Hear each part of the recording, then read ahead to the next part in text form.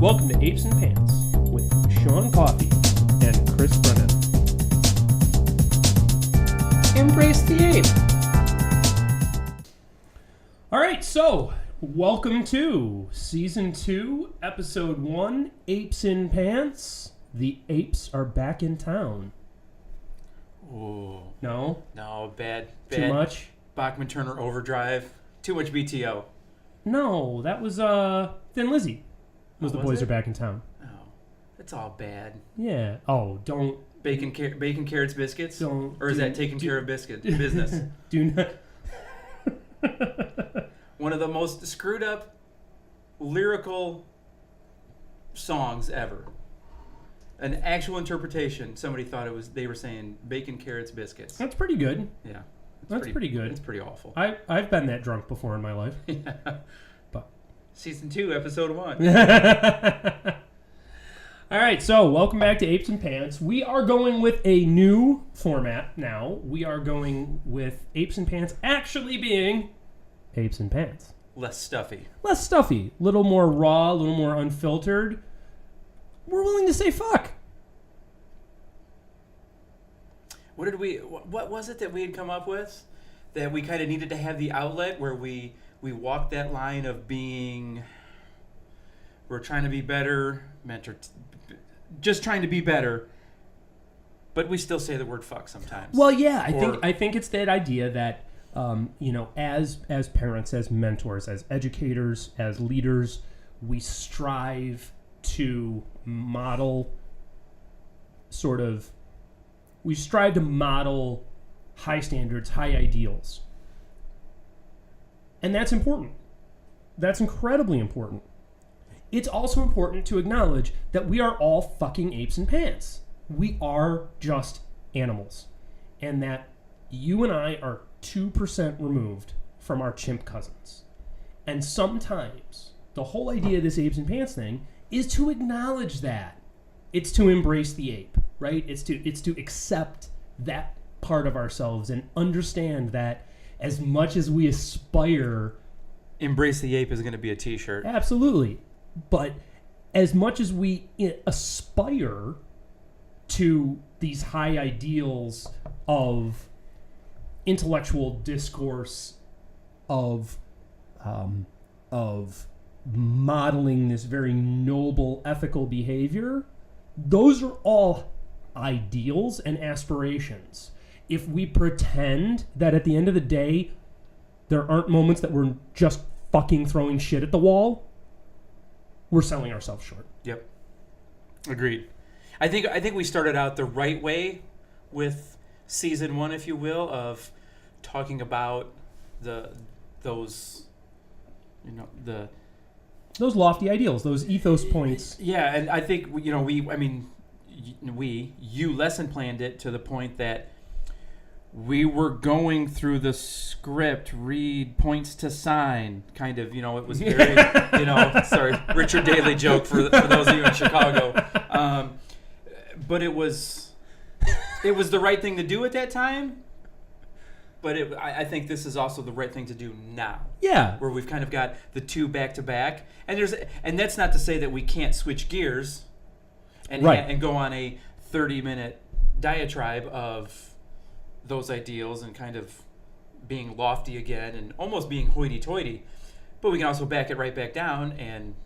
Well, I think all that stuff only works if it's livable, right? Like that is the problem with so many philosophical systems, moral systems, ethical systems, is that they exist in a vacuum, right? They exist absent the reality of the human animal.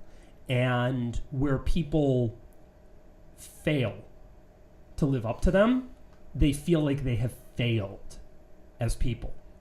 It's like, well, no, you're a fucking ape in pants. You're a chimp with a beta expansion package. And your goal is to enhance that 2% and use that optimally, but 100% of the time you can't live in that 2%. No. And at the end of the day, you can't put so much...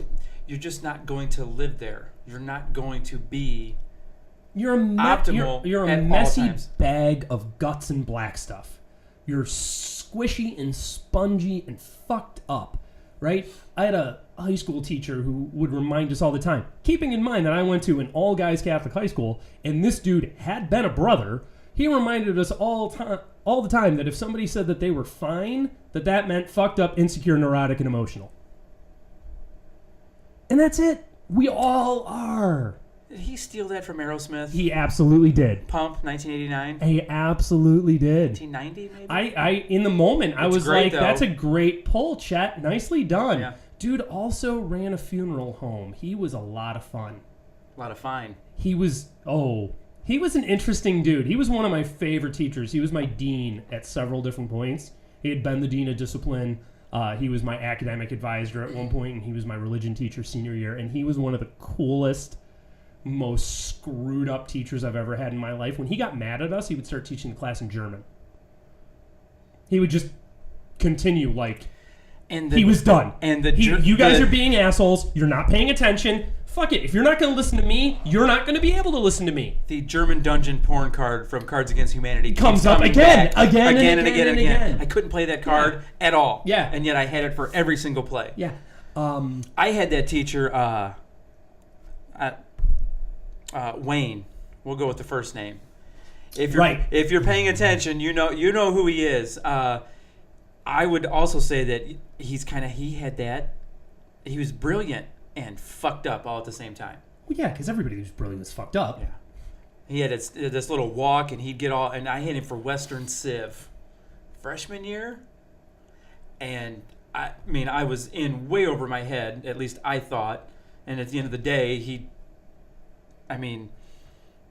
I had some great times in that class. He's probably still one of my favorites. Yeah. Run into him a couple years ago at a football game for the nephew, and he didn't change much. And he knew who I was right out of the gate, and I thought, well, shoot, I've easily put on 100 pounds since my freshman year. Nope, he knew exactly who I was. Picked up conversation, like, we were old buddies, and yeah, good dude. We saw you dragging that leg behind you. Well, good dude, though. Yeah, and but that's that kind of thing, that those people also get that you're human. They get that you are going to fuck up, right? And they teach you that lesson in their own way. And they can be disciplinarians.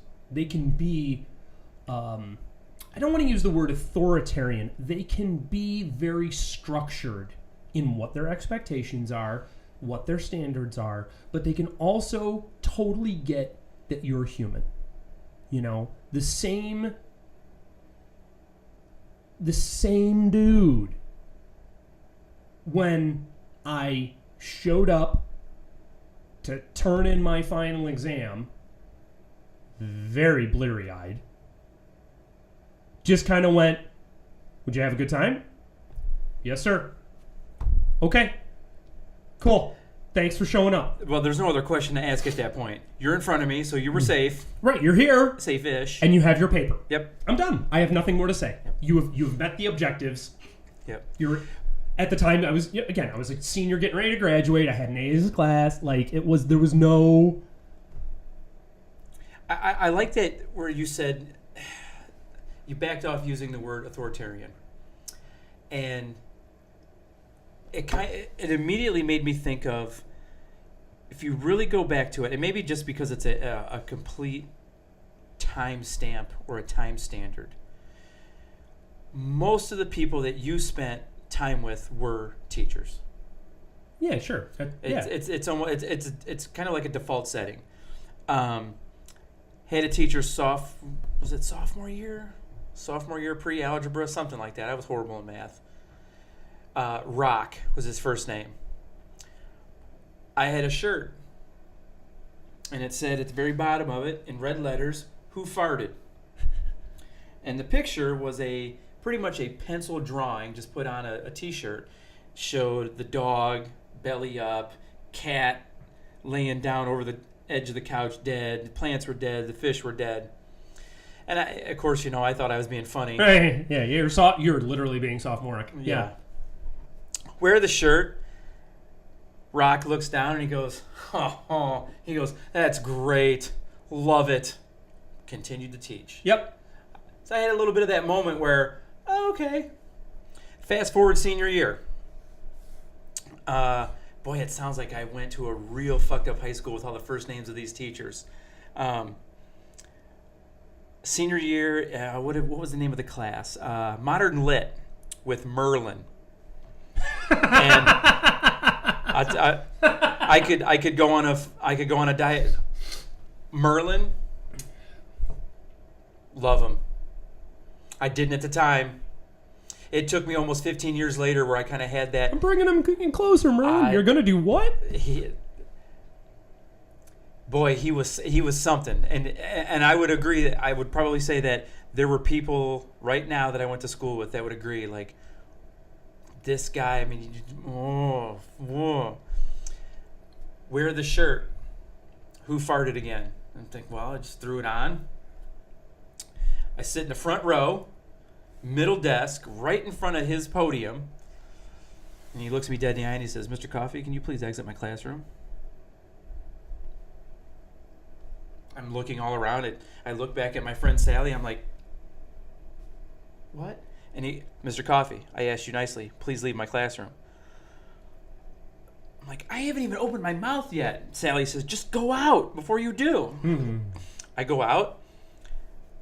He opens up the door and he hands me a write-up. I got to go see the dean. And I'm reading it, and I'm like, are you kidding me? He wrote me up for wearing a who farted. Like, it was completely inappropriate.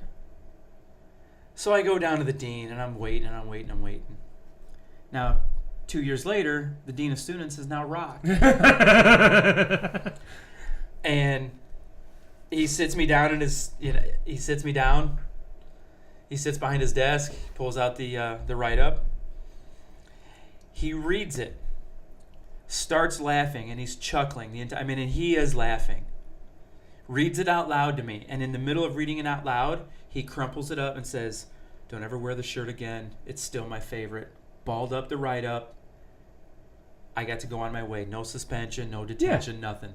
But he really modeled and showed, I understand. Mm-hmm. I appreciate. Don't ever do it again. Right. And he let me have that moment twice. Yeah. And going right back to your authoritarian thing, he wasn't overstepping anything. Because he had every absolute piece of power to be a stone cold prick in that moment. And he wasn't. Yeah. But he was just enough to say, don't ever wear it again. Right. Still my favorite shirt. Yeah. And I'll never forget that. Right. Because he let me slide a little bit while putting me in check. Well, yeah, it was I love this, but it has upset somebody else in the chain of command, and you need to straighten up. Yep. Had nobody called you on this, I wouldn't have had a problem with it. And I have no problem believing, and I would love to know. I feel like he might have mentioned something to Merlin and just said, "I took care of Coffey's t-shirt, it's fine." Right. Because I was also that kid. Sure. Well, and Merlin might have liked your t-shirt.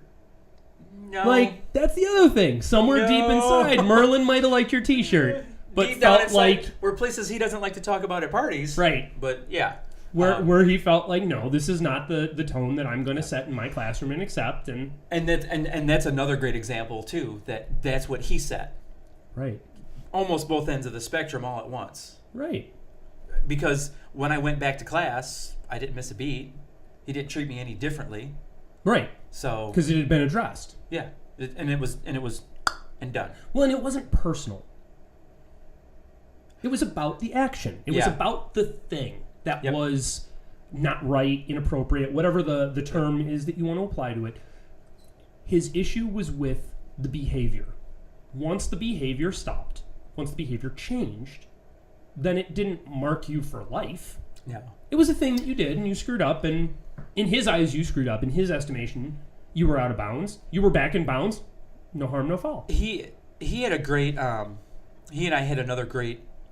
I guess that's what I would call it. Another great moment where my senior year during track season, I had fallen back, and I was not having a good couple, 2 or 3 weeks, and they were thinking about replacing me with this other kid on the relay team. and we were basically going to have a race-off at one of the last dual meets of the year before conference and regionals and sectionals, all that stuff got kicked off because we were one of the best relay teams in the state at the time. And I just, I had a 3-week rut, and this new kid, it was a junior, maybe he was a sophomore, fresh legs, up and running, up and coming, and he was catching me. And they were like, all right, so on Tuesday we're going to have this little race-off. Well, I had put myself in such a mental headspace of that's all I was focused on. I ran that race mentally probably 2,000 times in my head. And Merlin, he said something to me to get class started. And he said, Mr. Coffey, are you going to join us today? And I said, Mr. Merlin, I'm kind of focused on something else right now. And I mean, no disrespect, but I need this. I don't need to know about Fahrenheit 451 right at this moment. Thank you. And he moved on to somebody else, and he let me be. Yeah. Now, I don't know if it was maybe it's the battle he didn't want to fight. Maybe I'm not writing this kid up today. Maybe he just let me slide in his own way. And, it worked out in my favor. But I think ultimately he still won because he gave me the example. He set that tone even after writing me up, and then weeks, maybe even a couple months later, because I don't remember the time frame exactly. And then yet it was never about, it was about the standard, right? And it wasn't about anything else. And I think in that moment you were able to articulate something that you needed. It wasn't just I'm playing movies behind my eyelids. I don't care about this. I don't. It was, I'm telling you that there's something going on in my brain that's important. And this right here isn't part of my world right at this moment. I think that level of honesty, that level of vulnerability on some levels, to say, hey, I need something different right now. I think that good teachers, good parents, anybody who is able to hear that is immediately willing to accept it. Like, okay, great. You know what you need. Yeah. You know what you need, and you're not being disruptive. You're not being you're not getting in the way of everything else here. Like, all right, I'll just ignore you for the rest of the day. Do your thing. Yeah. I'll check in with you later. Yeah. You know? Well, so by Wednesday morning back in class, I had achieved what I set out to do. Yeah. Done. And I was back at it. Back in the game as much as I was going to be back in the game. Right. Yeah. He had license plates. This will kind of tell you a little bit about. He had 222, TOO, and the number 2 on his license plate. I don't know if it was him or his wife who taught World Lit, but it was a little bit of a window into who he was. And he never wore the same tie twice. Huh. Always had a different tie. Always, and he had a collection. He had some good stuff. I may or may not have modeled my early teaching ties after him. Yeah. Yeah. He's a good dude. That's awesome. Yeah. Ran track and cross country with his 2 daughters.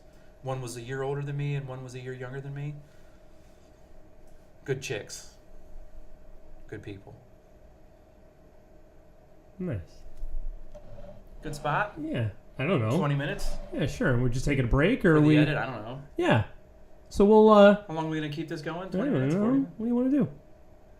I don't know. Welcome to season 2. We're figuring it out as we go. Yep. You got another story to share here, or you want to? No, I just, you know what? It just kind of, I think, know when to quit. Oh, there we go. Good spot to Know when to hold them, know when to fold them? Well, Something like that? know when to just go, Just nod your head yes and move on and do what you, shut up and lift. Yeah. Shut up and lift. All right, well, I guess that's going to be the, we'll call that the trailer, the intro, the episode 0 of season 2.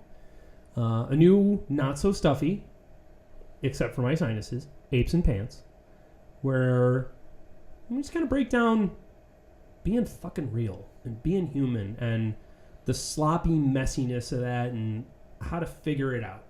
Allowing yourself carry your baggage, drop it, pick it up, drop it, pick it up. Own your baggage. Yeah, know that you're carrying it. Yep. And figure it out as you go. Embrace the ape. Embrace the ape. So that's it for episode 0 of season 2, and we'll be back shortly with episode 1, season 2, Apes and Pants, coming to you in front of a live studio audience somewhere. I might have a spot. Oh, that might be something to talk about in season 1 or season 2, episode 1. You might have to pick that up in a minute. Might have a couple of connections. All right, kids. We'll see you on the next one. Cheers.